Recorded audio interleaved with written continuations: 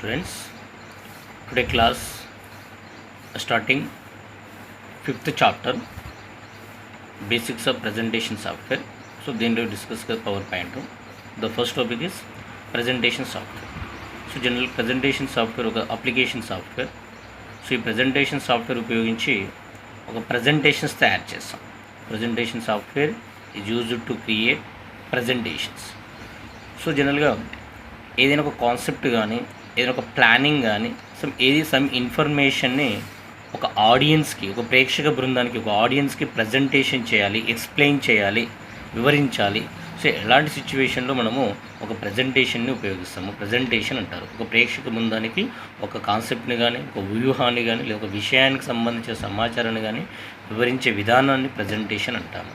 So ఆ విషయాన్ని electronical ఫార్మాట్లో, కంప్యూటర్ ఫార్మాట్లో మనము ప్రజెంటేషన్ చేయాలి, వివరించాలంటే ఇప్పుడు మనం ప్రజెంటేషన్ సాఫ్ట్వేర్ని యూజ్ చేయడం జరుగుతుంది.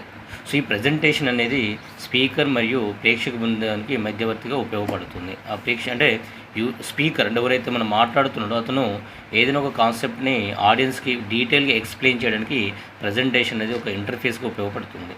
జనరల్గా ప్రజెంటేషన్స్లో ఇండివిజువల్ పేజెస్ ఉంటాయి. ఇండివిజువల్ పేజెస్ ఏమంటాము, స్లైడ్స్ అంటాం.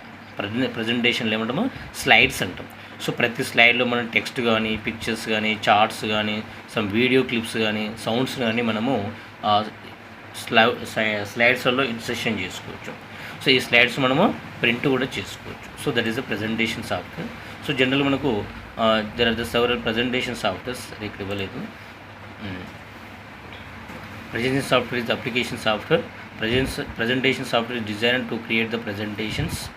The presentations are used to present a piece of information to large audience. Some audience ki some information present చేయడానికి presentation software యూజ్ చేస్తాం.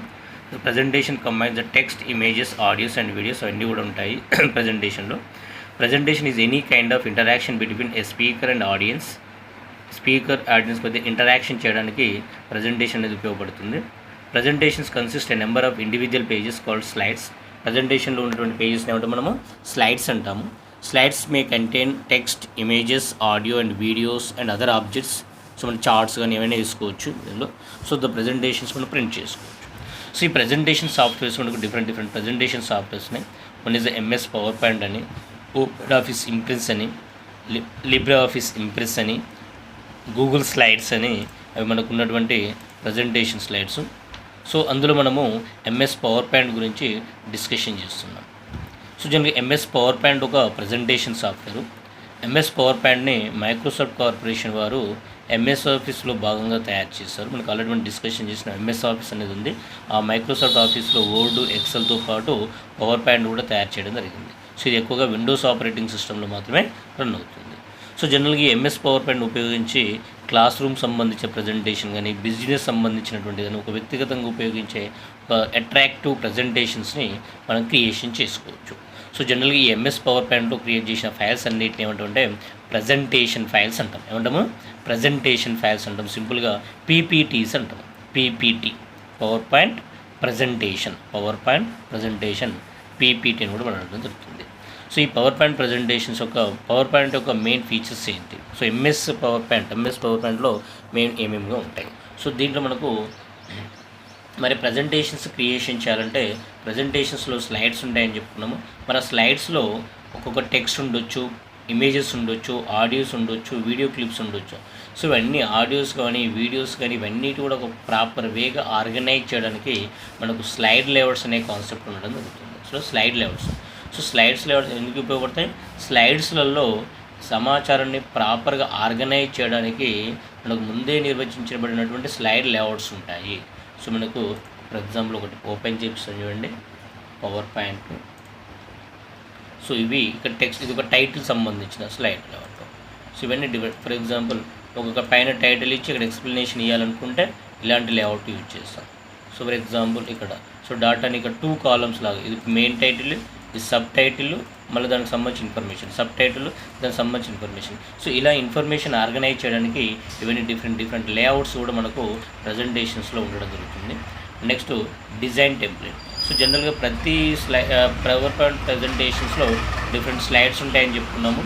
ప్రతి స్లైడ్స్ని కూడా మనము బ్యాక్గ్రౌండ్స్ కానీ టెక్స్ట్ ఫార్మాట్ కానీ డిజైన్ చేసుకోవచ్చు.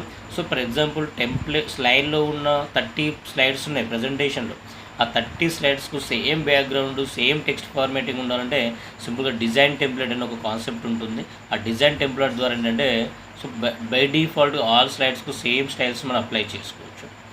సో యానిమేషన్స్, సో స్లైడ్స్లో ఉన్న టెక్స్ట్ని కానీ ఇమేజెస్ కానీ పిక్చర్స్ కానీ చార్ట్స్ కానీ సమ్ యానిమేషన్స్ ఇవ్వచ్చు. అంటే ఇవి సమ్ 2 minutes 2 seconds తర్వాత ఇంకో టెక్స్ట్ కావాలి, 2 seconds తర్వాత ఇంకో టెక్స్ట్ కావాలి. సో అలా మనం యానిమేషన్స్ క్రియేషన్ చేసుకోవచ్చు. సో మనము ఎక్సెల్లో క్రియేట్ చేసిన చార్ట్స్ని కూడా పవర్ పాయింట్ ప్రజెంటేషన్లో ఇన్సర్షన్ చేసుకోవచ్చు. ప్రజెంటేషన్స్లో స్లైడ్స్లలో చార్ట్స్లు కూడా ఇన్సర్షన్ చేసుకోవచ్చు. సో ఆడియో ఫైల్స్ కూడా ఇన్సర్షన్ చేసుకోవచ్చు.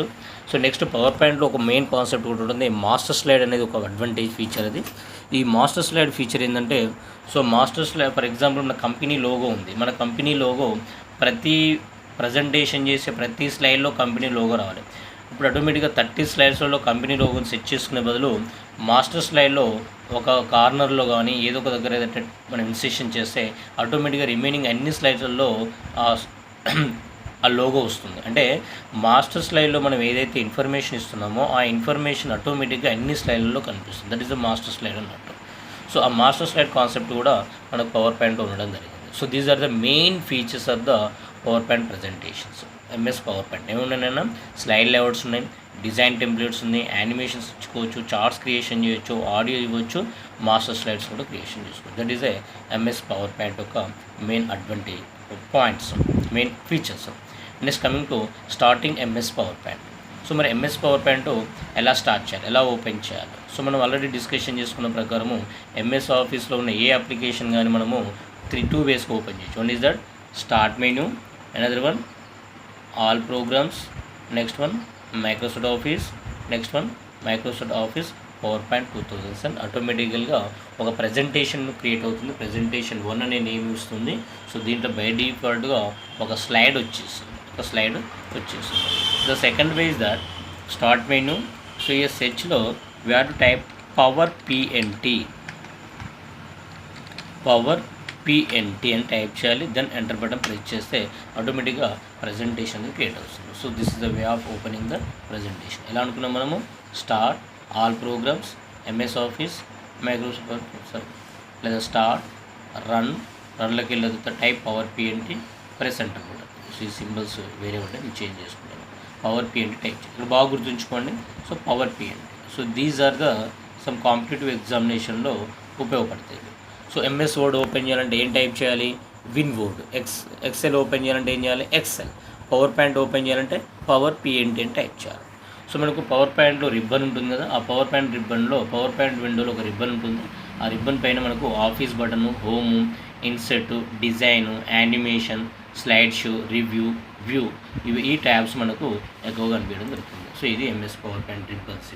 Home, INCET, design, animation, slide show, review, view. So same ఇక సేవ్ చేయాలంటే దీన్ని అగైన్ ఆఫీస్ బటన్లోకి వెళ్తాము. ఇక్కడ సేవ్ బటన్ క్లిక్ చేయగానే సేవ్ నేమ్ అడుగుతుంది, నేమ్ ఇస్తాము, సేవ్ అనేది క్లిక్ చేయడం జరుగుతుంది. సేవ్ అనే ఆప్షన్ క్లిక్ చేస్తాం. సో జనరల్గా దీన్ని క్లోజ్ చేసిన ఓపెన్ చేయాలంటే same file menu open, close చేయాలంటే క్లోజ్. సో ఇట్లా మనం పవర్ పాయింట్ ప్రజెంటేషన్ క్రియేషన్ చేసుకోవచ్చు.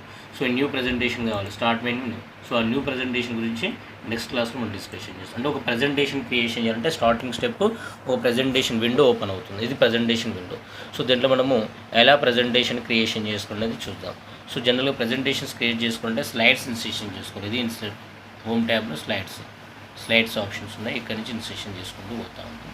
సో దీని గురించి నెక్స్ట్ క్లాస్లో మనము డిస్కషన్ చేద్దాం. ఓకే.